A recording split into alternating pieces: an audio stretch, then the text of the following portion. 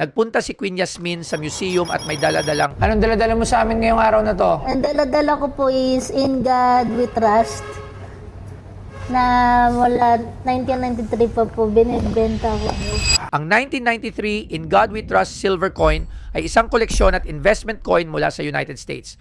Ang proof version noong 1993 ay may limitadong produksyon na humigit kumulang 390,900 piraso, kaya patuloy itong hinahanap ng mga kolektor. Ang tanong, mabibili ko kaya ang coin na ito o hindi? Kaya panoorin ang buong episode. Anong bibenta mo? Dito lang sa Pinay Stars. Ano yan? Ano yan? Kakilala mo ba yan? Sino ba naman din nakakilala? Kay Queen Yasmin, no? May pangalan. Ang cute. Saan nakakabili ba niyan damit mo? May binibenta ka ba niyan? Apo, before po, Ngayon, wala na. wala na pong stock. Oo, yan. Wala na stock, sold out. O, anong dala-dala mo sa amin ngayong araw na to? Ang dala-dala ko po is In God We Trust na mula 1993 pa po binibenta ko. Wow, silver. Ang 1993, In God We Trust Silver Coin ay malamang na American Silver Eagle. Isang koleksyon at investment coin mula sa United States Mint. Gawa ito sa 99.9% purong pila. May bigat na 1 troy ounce. Sa harap nito, makikita ang klasikong Walking Liberty ni Adolph A. Weinman kasama ang mga salitang Liberty at In God We Trust. At ang binibenta sa PP Stars ay ang 1993 In God We Trust Silver Coin. Ngayon lang ako nakakita nito. Silver ba yung ganyan? Silver to labs. Ayan ang may serial number. Madami kasi nito, barya, na mga 1 ounce. Ito kakaiba. Pamana pa po sa kanya ng nanay ko po nung mula 1993 pa po. Asa na mama mo? Nasa heaven na po siya. Grabe, ganda nito. Ngayon lang ako nakakita nito, ha. Marami kasi nito, maliliit. Yung mga binibili ko, pero yung gantong klase, ngayon lang ako nakakita nito. Silver. Magkano mo naman ito binibenta? Binibenta ko po ng halagang 1.7. 1.7! Sabay pa tayo. 1.7. 500. Ah, 500. Ha? 500,000. 500,000. Pero hindi, tingnan natin. Alam mo, ganda to, ha. Hindi ko alam ang rare nito. Pero sigurado ako na may presyo to. Kung silver to. So, may extension ba tayo? Sa inyo ano natin? Banta. Banta, tsaka extension. Sure ako dito, labs, na silver to. Amoy pa lang, tsaka itsura. Patingin nga ako, Queen. Sige po. Kung meron siyang kasamang papers, wala. Pero parang sure ako na silver, no? Fine silver. Tingnan mo nga kung ilan ang timbangan natin. Ilan ang 1 pound? Ang 1 pound sa grams.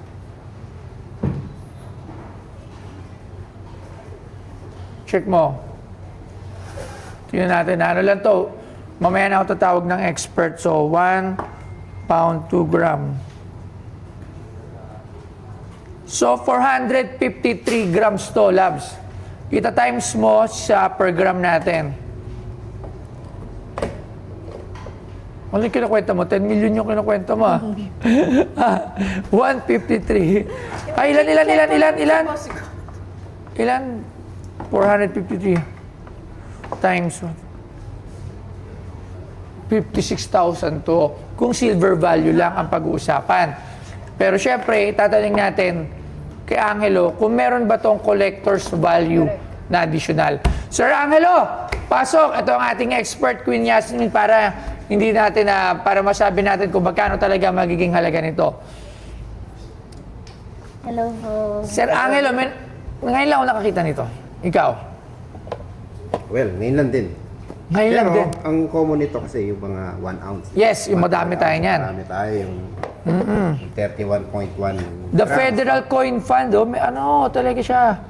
Hindi ko pa siya nasusubukan kung silver talaga siya. Pero sa tingin ko kasi, mukha silver eh. Tinimbang niya na? Hindi pa. Okay. So kailangan Well, pala eksakto. From its appearance, Ito lang, saksak mo rin to. mukha naman silver. No? Saksak pero... Mukhang silver, pero syempre, ayan, may serial number pa sa gilid. Kaya nga. So very limited edition din ito. Limited. So, tingnan muna natin kung silver. Tinan po natin. Yeah, 1 troy pound nakalagay. So, subukan natin. Sa gilid ng hawak. Yeah.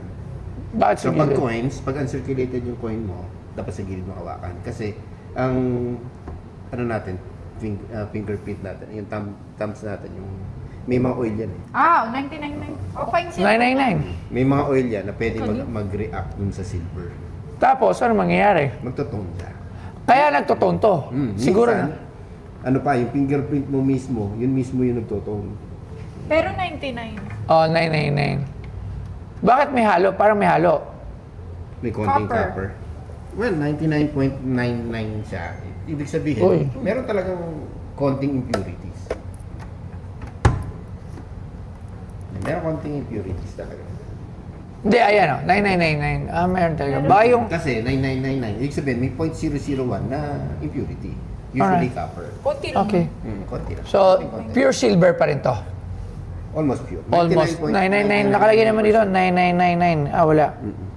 So, ngayon, titimbangin natin. Dapat ang timbang niya ay Yan. Well, in Kaso- grams, parang 454 grams. 453. Oh, yan, mga ganun. Pero 454. Kung i-convert mo yung pounds into grams. 37. Bakit 373? Huh? Ako rin. Bakit 373 ka? Ako nga. Ulit. Baka naman, ano, yung unit mo, baka iba yung unit mo, baka Oh. grains yun. Naka-grams. Baka grains. Ilagay mo sa grams. Grams yan, grams. Yun ang grams, love. Lagi natin. 1 pound. Ayan na, ano yun natin. 1 pound to grams. 1 pound to grams is 453.59 grams. Yan, grams. GG. Yun pala. 373.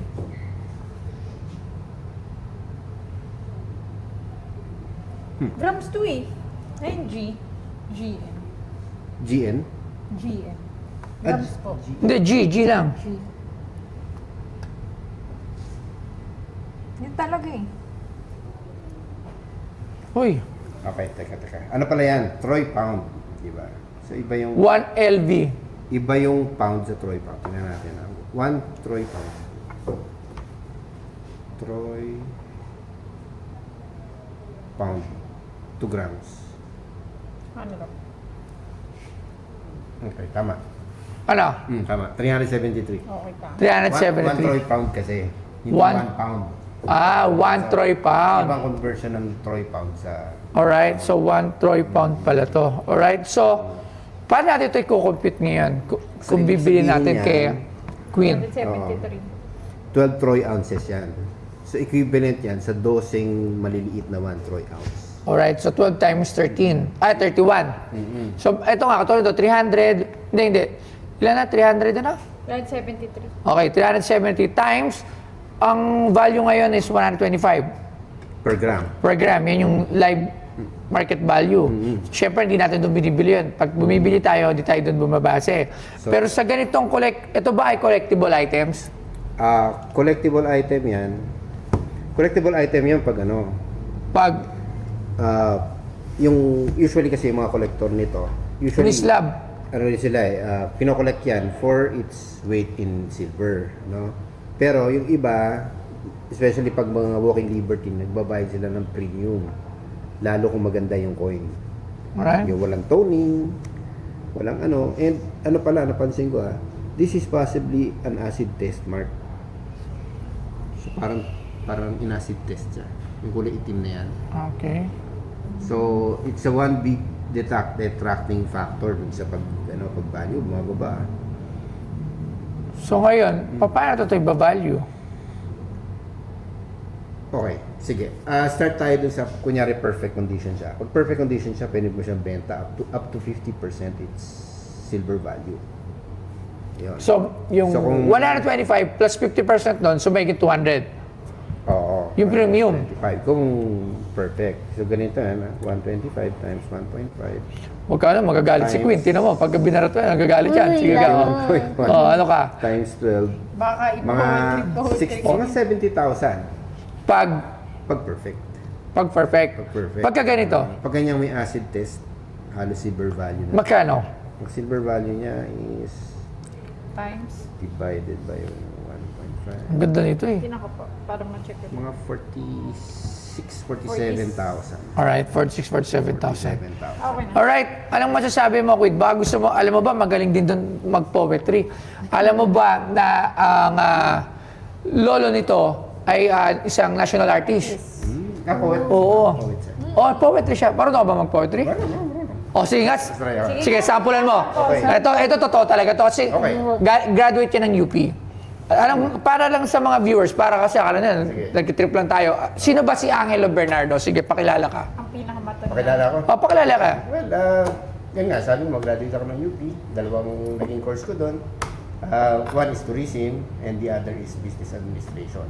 Masters in business administration. Okay. So actually, yung pinagsabay ko yun, yung MBA ko, pinagsabay ko doon sa pag-start ng business ko, hindi Dekada. That was 25 years ago. Okay. So ganun na ka-extensive yung experience ko when it comes to collectibles. Alright. antiques. So sa iba, siyempre, continuous process ng pagiging di ba? So, pinag-aaralan. Hanggang ngayon, nag-aaral pa rin ako. That's what I would say. Because learning is a continuous process. Okay. Anyway, Paano ka naman napunta sa poetry? Paano ka naman... well, ito, pakinggan mo. Sige. Well, Ayan na. Labanan mo yan, ha? Sige ah. Ako'y tutula, mahabang mahaba. Lech. Tapos na po. Akala ko na makita mo Bullshit ka naman. Oh, wala ka habang ako. Hindi, nabatrip sa'yo si Queen. Pakita mo nga ito. Pakita mo. O, pakita ka ng poetry. Sige, ikaw, balata mo. Tirahin mo nga yan. Tirahin mo sa poetry mo yan. Nabubuisit ako eh. Sige, Queen. Sige, balata mo. Ako ay si Queen Yasmin. Ako ay andito sa tanggapan natin na si Bustoyo. Nandito tayo'y para magmulat ng... para magbigay ng kaalaman at sunod-sunod ng mga alituntunin at sa pagbibigay aliw ni Boss Toyo Production at sigurado ko na hindi sila mauuwing luhaan at sigurado ko na magiging masaya ang Boss Toyo at sigurado ko na magiging marami pang silang na museum na madadala dito. And Okay, mabuhay si Queen Yasmin. Mabuhay. Panis ka sa poetry. O, sige na. Baka mababanatan ka pa ni Queen Yasmin. 45,000. 45,000. Magkano una? 500 daw, 500. 45,000. deal. O, deal agad. Mabilis ka usap. Maraming salamat, Queen Yasmin. Alam mo, nanonood kami sa'yo, fan of yours. Pagpatuloy mo lang magpasaya sa Thank mga you tao. po. At keep up kung ano yung ginagawa mo. Right? Maraming salamat. Thank you very po. much. Ang bulaklak niya. Ang cute niya. Mas cute ka po. Nung una, kabado, nung bandang gitna is mas nakakapakapa ko na po yung gusto ko pong sabihin po. Then, doon sa third line po is na starstruck po ako sa kanilang dalawa kasi napapanood ko lang po sila. Kasi na Boss Toyo. Ay!